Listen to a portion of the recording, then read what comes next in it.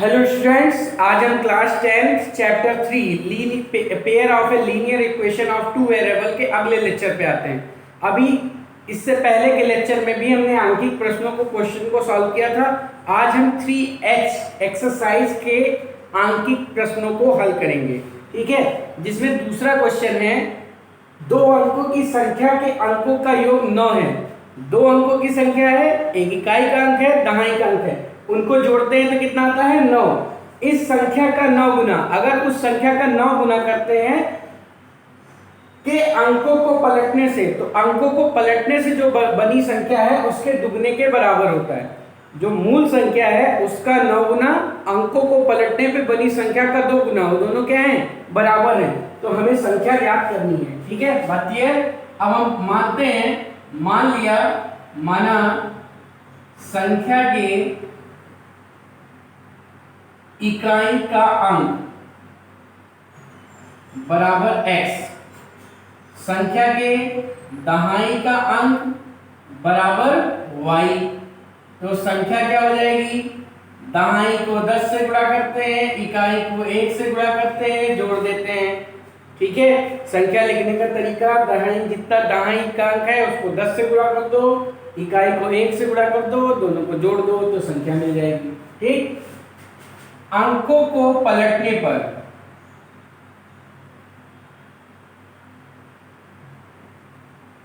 बनी नई संख्या, अंकों को पलटेंगे तो कौन सी संख्या बनेगी, ये इकाई हो जाएगा, ये दहाई हो जाएगा। तो दहाई को 10 से गुणा करो, इकाई को 1 से गुणा करो, जोड़ दो, नई संख्या ये बन जाएगी, अंकों को पलटने पर बनी संख्या।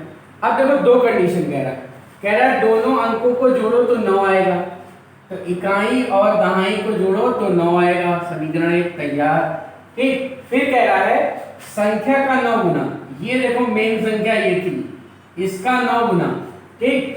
अंकों को पलटने से बनी संख्या का 2 गुना, अंकों को पलटने से बनी संख्या क्या थी, ये थी, ठीक। इसका 2 गुना, जो मेन संख्या थी उसका 9 गुना, और अंकों को पलटने से बनी संख्या का 2 गुना, ये दोनों क्या हैं, बराबर है। इस संख्या का 9 गुना संख्या के अंकों को पलटने की बनी संख्या के 9 गुना के 2 गुना के बराबर है, ठीक। यहां से एक समीकरण बन जाएगी, 90y 9x is equal to 20x plus 2y। यह भी 2y इधर आएगा, माइनस हो जाएगा तो कितना बचेगा, 88y। 20y इधर आ जाएगा तो कितना बचेगा, 11x, x तो बचेगा बराबर 0, 11 से भाग कर दो तो 8y minus x is equal to 0। ये समीकरण 2 हो गई। अब समीकरण 1 और 2 हमें मिल गई, हम क्या करेंगे, इन दोनों समीकरण को जोड़ देंगे। समीकरण 1 और समीकरण 2 को हम क्या करेंगे, जोड़ देंगे। समीकरण 1 क्या है, y प्लस एक्स लिखो या x प्लस वाई लिखो, कोई अंतर नहीं आता। और दूसरी क्या है, 8y minus x is equal to 0, दोनों को जोड़ो कैंसिल हो गया, 9y इक्वल टू कितना आ गया, 9, तो y इक्वल टू 1। अब y का मान समीकरण 1 में रख दो, y का मान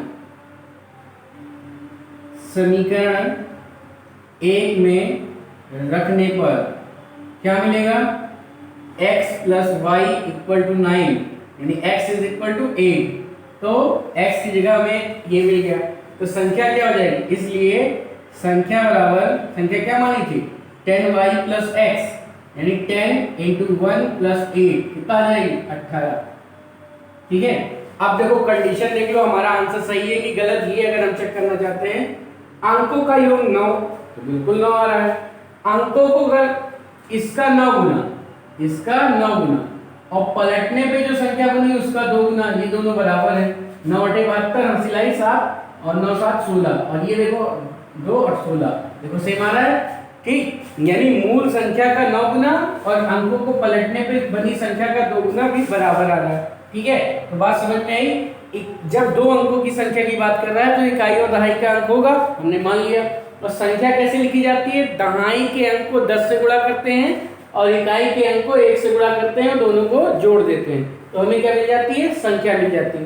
अंकों को पलटेंगे तो दहाई की जगह x हो जाएगा और इकाई की जगह y हो जाएगा।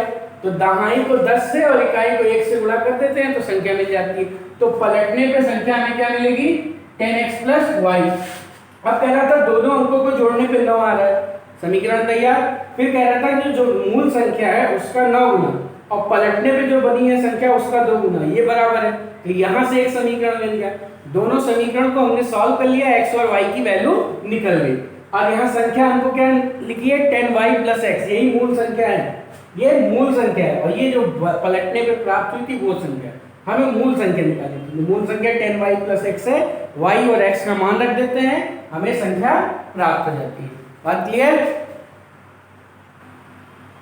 अब हम देखते हैं क्वेश्चन नंबर 7। क्वेश्चन नंबर 7 में कह रहा है किराए पर पुस्तकें देने वाले किसी पुस्तकालय का प्रथम 3 दिनों का एक नियत किराया है। कहने का मतलब है कि शुरू के 3 दिन का किराया उसका फिक्स है। जैसे मान लो x रुपया उसको 3 दिन का लेना ही लेना है, चाहे बुक आप 1 दिन रखिए, चाहे 2 दिन रखिए, चाहे 3 दिन रखिए, वो शुरू के 3 दिन का किराया कितना लेगा x रुपए, मान लेते हैं x रुपए लेगा, फिक्स है उसका, ठीक है। तथा उसके बाद प्रत्येक अतिरिक्त दिन का अलग। उसके बाद अगर तुमने रखा तो हर दिन का किराया आगे बढ़ता चला जाएगा, ठीक। शुरू के 3 दिन का x रुपए है, इसके बाद जितने दिन बुक रखोगे उतने का किराया अलग अलग दिन हमको एक रेट फिक्स है, उस रेट से रोज हमको क्या, जैसे पहले दिन 1 रुपया पड़ेगा तो दूसरे दिन 2 रुपया पड़ेगा तो तीसरे दिन 3 रुपया पड़ेगा तो चौथे दिन 4 रुपया पड़ेगा, हम 1 रुपया लेके रहे। जैसे y रुपया है तो चौथे दिन y पड़ेगा तो 5वें दिन 2y पड़ेगा, छठे दिन 3y पड़ेगा, 7वें दिन 4y पड़ेगा, ऐसे, ठीक है। तो हर दिन का अलग किराया वो चार्ज किया जाता है। शुरू के 3 दिन का एक फिक्स है और इसके बाद जितने दिन रखोगे उसका चार्ज अलग अलग दिन के हिसाब से मिलेगा, ठीक है। तो हमसे कह रहा है कि एक सरिता नाम की लड़की थी, 7 दिन तक पुस्तक अपने पास रखती है तो 27 रुपए देती है, और एक सुशील ने एक पुस्तक 5 दिनों तक रखने के लिए 21 रुपए अदा किया।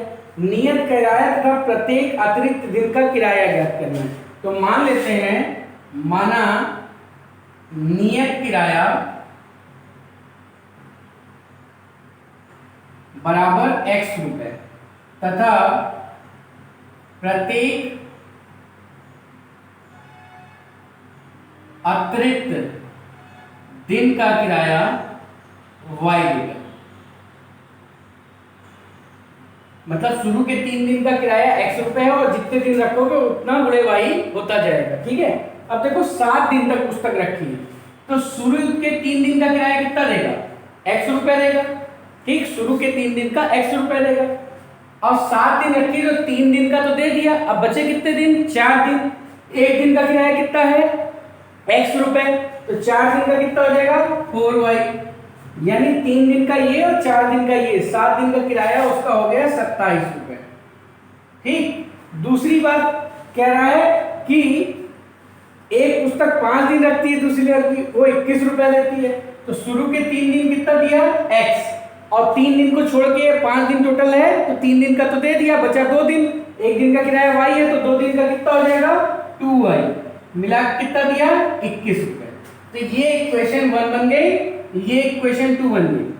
बात समझ में आई? 3 दिन का किराया प्लस 4 दिन का किराया, 3 दिन का किराया प्लस 2 दिन का किराया, एक दिन का किराया, 3 दिन के बाद एक दिन का किराया कितना है y रुपए, ठीक। शुरू के 3 दिन तो हमको x रुपए ही देने हैं, ठीक है, और इसके बाद हर दिन y रुपए देने हैं, ठीक है। तो शुरू के 3 दिन का दिया और फिर बाद के 4 दिन का 4y, यानी एक दिन का y है तो 4 दिन का 4y, शुरू के 3 दिन दिया बाकी 2 दिन का 2y, एक दिन का y है तो 2 दिन का 2y, ठीक है। इस हिसाब से किराया लगता है, ठीक। अब इन दोनों को हम सॉल्व करके x और y निकाल लेंगे। क्या करेंगे, इक्वेशन 1 - 2 कर दो, ये देखो ये कैंसिल, ये कितना आ जाएगा 2y = 6, y = 3। अब y का मान किसी एक में रख दो, y का मान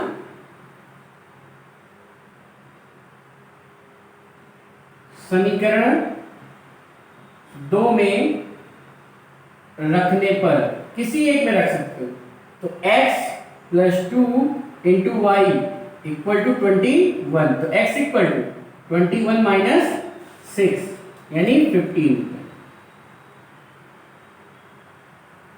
ठीक है 15। तो जो नियत किराया होगा, इसलिए नियत किराया बराबर 15 रुपए, मतलब 15 रुपए चार्ज होगा 3 दिन का। चाहे 3 दिन रखो, चाहे 1 दिन रखो, चाहे 2 दिन रखो, लेकिन अगर 3 दिन के बाद रखोगे तो हर दिन का 3 रुपया और पड़ेगा। ठीक है, तथा प्रत्येक अतिरिक्त दिन का किराया बराबर 3 रुपये। ठीक है, शुरू के 3 दिन 15 और इसके बाद जितने दिन रखोगे हर दिन का 3-3 रुपए पड़ता जाएगा। तो शुरू का 15 पड़ा, 5 दिन था, और इसका 2 दिन का 6 रुपए पड़ेगा, तो 15 से 21। ठीक, और शुरू के 15 दिन और इधर के 4 दिन का 4 के 12, 12 और 15 27। तो पहली कंडीशन भी आ गई। ठीक, तो उत्तर भी हम देख लेते हैं कि सही है कि गलत, ये हम चेक कर लेते हैं कंडीशन पे रख के। ठीक है, बात क्लियर। अगला क्वेश्चन देखते हैं, 11 नंबर का क्वेश्चन है। मीना रुपए 2000 निकालने के लिए बैंक गई। कितना रुपए निकाल रही है? 2000। उसने खजांची से रुपए 50 तथा रुपए 100 के नोट देने के लिए कहा। वो कहती है, खजांची मतलब कैशियर, कैशियर से कहती है कि हमें 100 रुपए और 50 रुपए ही के नोट ही चाहिए। ठीक, मीना को कुल 25 नोट प्राप्त हुए। मीना को कुल कितने कैशियर ने नोट दिए? 25 नोट प्राप्त किए। ज्ञात कीजिए उसने रुपए 25 और 100 के कितने नोट पाए। ठीक, 50 रुपए वाले कितने नोट मिले, 100 रुपए वाले कितने नोट मिले, ये हमको बताना है। कुल नोट कितने हैं? 25। ठीक है, और कुल रकम कितनी है? 2000। ठीक, तो ध्यान दीजिए, मान लेते हैं, माना 50 रुपए वाले नोटों की संख्या, जो 50 रुपए वाले नोट हैं वो कितने हैं? x, तथा 100 रुपए वाले नोटों की संख्या ये मान लेते हैं कितनी है? y। 50 रुपए वाले नोट और 100 रुपए वाले नोट दोनों की संख्या को जोड़ेंगे तो कितना आएगा? 25 नोट ही तो हैं। ठीक, अब देखो 50 रुपए वाले एक नोट की कीमत क्या होती है? 50 रुपए वाले 2 नोट दे दिए जाए तो कितनी कीमत हुई? 50 रुपए वाले 3 नोट दे दिए जाए तो कितनी हुई? 150 रुपए। 50 रुपए वाले x नोट दे दिए जाए तो कितनी कीमत हुई? 50x। ठीक है, तो 50 रुपए वाले x नोट की जो लागत हुई वो कितनी हो गई? 50x। इसीलिए इसी तरह 100 रुपए वाला एक नोट दिया जाए तो 100 रुपया हुआ टोटल लागत, 2 नोट दिया जाए तो 100 गुणे 2 हुआ, 3 नोट दिया जाए तो 100 गुणे 3 हुआ, y नोट दिया जाए तो 100 गुणे y हुआ। तो कुल कीमत जो है, y नोट मिले हैं 100 वाले, तो कुल उसकी लागत जो होगी वो 100 y के बराबर होगी। इन दोनों को मिलाते हैं, 50 नोट से जो रुपए बने वो ये, 100 के नोट से बने ये, और दोनों मिला के 2000 होने चाहिए। ठीक है, क्योंकि 2000 रुपए तो उसने कैसे से मांगे थे, तो ये दोनों, इसकी टोटल लागत, इसकी टोटल लागत 2000 के बराबर आनी चाहिए। 50 से भाग कर दो, 50 एकम 50, 50 दूना 100, और 50 चौके 200, ये 40 आ जाएगा। ठीक है, 50 से हमने क्या किया? डिवाइड कर दिया। ठीक, अब ये समीकरण आपकी 2 बन गई। अब समीकरण 2 माइनस समीकरण 1 कर दो। समीकरण 2 माइनस समीकरण 1, तो 2 है x plus 2y equal to 40 और 1 है x plus y equal to 25। Subtract करेंगे तो ये इससे कट जाएगा, ये कितना बचा? y, ये कितना बचा? 15। तो y का मान क्या आ गया? 15। ठीक है, अब y का मान उठा के तुम पहले इक्वेशन में रख दो। समीकरण 1 में y बराबर 15 रखने पर क्या आ जाएगा? x प्लस 15 बराबर 25, यानी x बराबर 10। इसलिए 50 रुपए वाले नोटों की संख्या कितनी हो जाएगी? 50 रुपए वाले कितने नोट थे? x यानी 10। ठीक, और 100 रुपए वाले नोटों की संख्या कितनी हो जाएगी? 15। अब अगर तुमको देखना है तो टोटल नोट कितने आ रहे हैं? 25 आ रहे हैं। 25 ही नोट तो मिले थे। अब 50 रुपए वाले 10 नोट की कुल वैल्यू क्या हुई? ये हुई। और 100 रुपए वाले 15 नोटों की कुल वैल्यू क्या हुई? ये हुई। यानी उसको 2000 रुपए भी मिल गए। ठीक, तो इस तरह आंसर भी हम चेक कर सकते हैं। ठीक, तो फिर से एक बार क्वेश्चन देखते हैं। मीना 2000 रुपए बैंक से लेने गई और कैशियर से कहती है कि हमें 50 और 100 के नोट ही चाहिए। तो कैशियर उसको 25 नोट देता है, कुछ 50 के होते हैं, कुछ 100 के होते हैं। ठीक है, तो आपको ये बताना है कि कितने 100 के हैं, कितने 50 के। तो हमने मान लिया कि जो 50 के नोट हैं वो x हैं और जो 100 के नोट हैं वो y हैं। टोटल नोट उसे कितने मिले हैं? 25। यानी x के नोट और 50 के नोट और 100 के नोट मिलाने के कितना आ जाएगा? 25 आ जाएगा। अब देखो, एक 50 के नोट की वैल्यू होती है 50 रुपए, तो x 50 के नोट की वैल्यू कितनी हो जाएगी? 50x। एक 100 रुपए के नोट की वैल्यू होती है 100, तो y 100 रुपए के नोट की वैल्यू क्या हो जाएगी? 100y। तो टोटल जो वैल्यू है वो 2000 रुपए है। इस नोट की और इस नोट की वैल्यू को मिलाएं तो 2000। वहां से हमने क्या किया? 50 से डिवाइड कर दिया समीकरण को, ये बन गई। थोड़ा सरल कर देते हैं। डिवाइड करने का मतलब क्या हुआ? सरल। वैल्यू पे कोई फर्क नहीं पड़ेगा, जो ये देगी समीकरण वैल्यू वही ये वैल्यू देगी। ठीक है, लेकिन डिवाइड कर देते हैं तो हमें सॉल्व करने में आसानी होती है। अब इन दोनों समीकरण को हमने सॉल्व कर लिया, x और y की वैल्यू निकाल ली। तो इस तरह हमें 50 के नोटों और 100 के नोटों की संख्या हमें पता चल जाती है। ठीक, अब अगला क्वेश्चन देखते हैं, क्वेश्चन नंबर 14। एक राजमार्ग पर दो स्थान A और B 100 किलोमीटर की दूरी पर है। A और B इन दोनों के बीच की दूरी कितनी है? 100 किलोमीटर। इन दोनों के बीच की दूरी कितनी है? 100 किलोमीटर। ठीक, एक कार A से तथा दूसरी कार B से एक ही समय चलना प्रारंभ करती है। ये कारें भिन्न भिन्न चालों से एक ही दिशा में चलती हैं। ठीक है, एक ही दिशा में चल रही है, यानी ये कार इधर जा रही है, ये कार भी इधर जा रही है। ठीक, एक ही दिशा में चलती है और 5 घंटे पश्चात मिलती हैं। ये दोनों कारें जो हैं वो यहां पे, मान लो यहां पे मिली, कितने घंटे बाद? 5 घंटे बाद।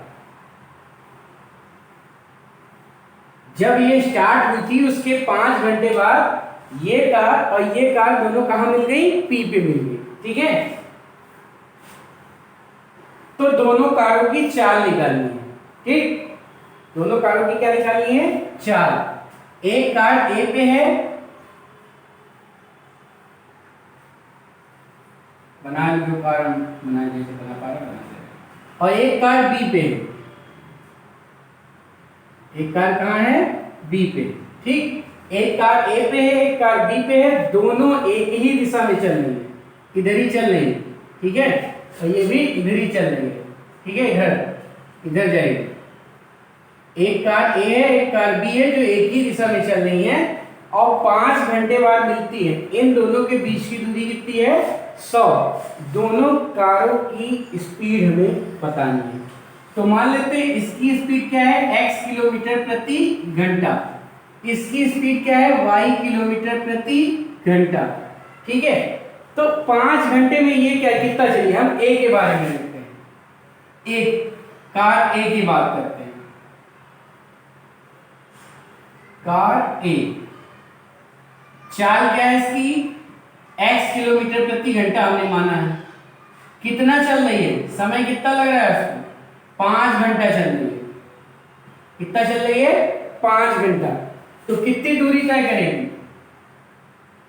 चाल बराबर होता है दूरी बटे समय, यानी दूरी गुणे चाल बराबर होता है दूरी बटे समय। तो दूरी बराबर क्या हो जाएगा? चाल गुणे समय। तो कितनी दूरी तय करेगी? 5x kilometre. कितनी तय करेगी? 5x। x की स्पीड से चल रही है, 5 घंटे में यहां पहुंच गई, तो कितना चली? 5x। कार B की बात कर रहे हैं। चाल इसकी कितनी है? y किलोमीटर प्रति घंटा। कितना चल रही है? 5 घंटा। ये कितनी दूरी तय करेगी? 5y। ये कितनी दूरी तय करेगी? 5y। तो यहां से यहां तक इसने कितनी दूरी तय की? 5y। और इसने कितनी दूरी तय की यहां से यहां तक? 5x। तो इनकी दूरियों का जो अंतर है, अगर 5x में से 5y घटा दें तो कितना बचेगा? 100। ठीक है, दूरियों का अंतर देखिए, ये a जो यहां से यहां तक गया है तो 5x दूरी चला है, और ये चला है 5y। तो 5x में से अगर 5y घटा देंगे तो कितना बचेगा? 100। ठीक है, तो 5x माइनस 5y बराबर कितना आ गया? 100। ठीक, यानी x माइनस वाई बराबर कितना आ गया? 5 से भाग कर दिए 20। समीकरण 1 तैयार है। ठीक है, अब देखो क्या कह रहा है दूसरी कंडीशन।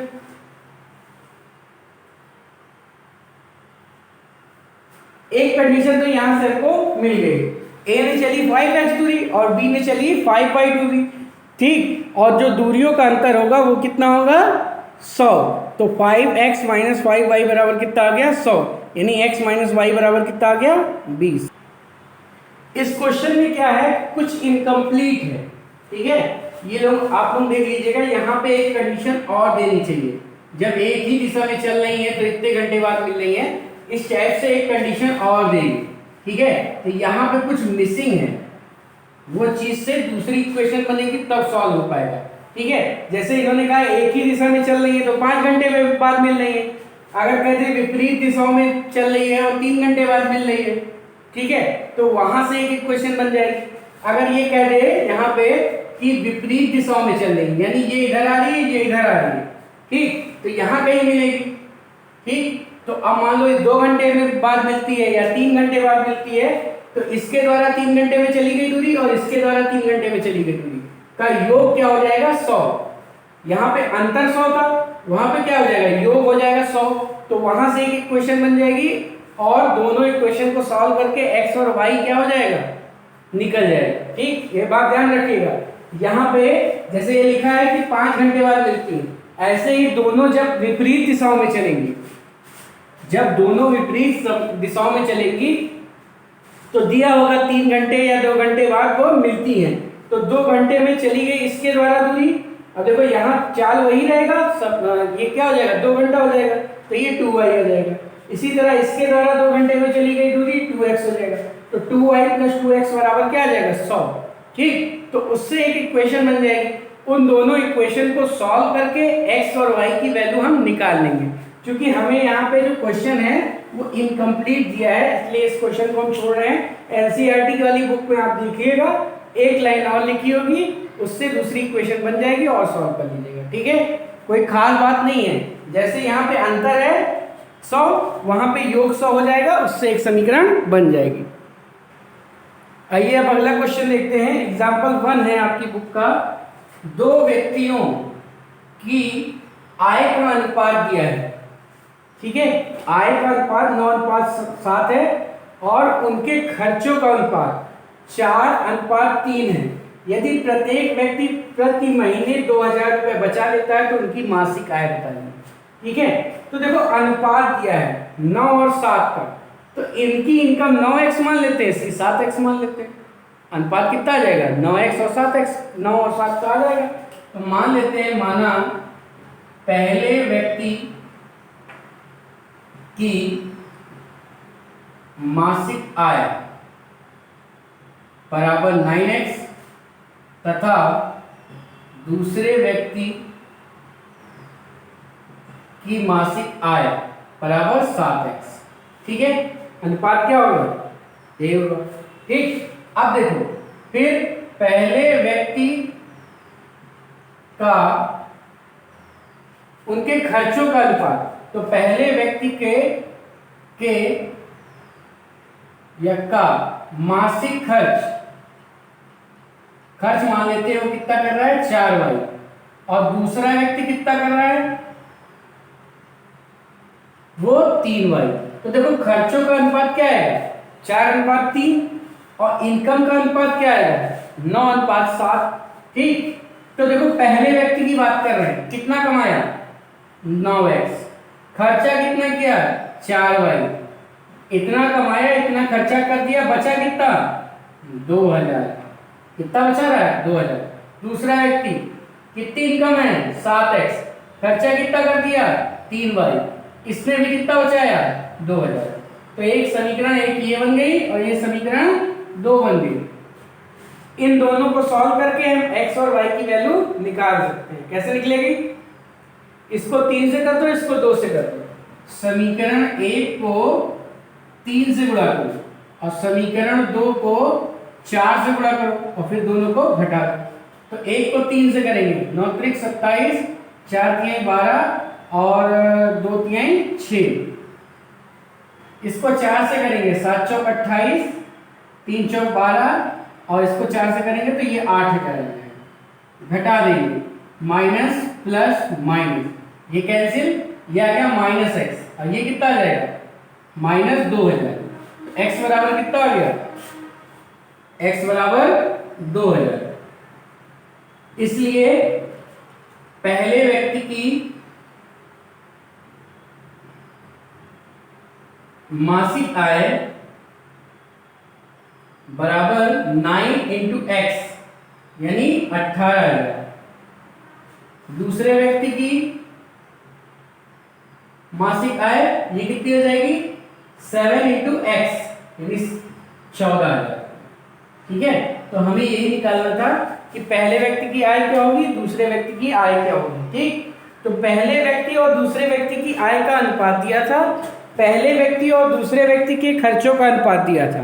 ठीक है, और हमें और दोनों जो बचाते थे वो 2000 बचाते थे, उनकी वार्षिक जो बचत थी वो 2-2 हजार रुपये थी, उसकी भी 2000 उसकी भी 2000। ठीक है, उनकी मासिक आय निकालनी थी। ठीक, तो अनुपात में दिया था इसलिए हमने 9x और 7x मान लिया। खर्चा भी अनुपात में दिया था तो हमने 4y और 3y मान लिया।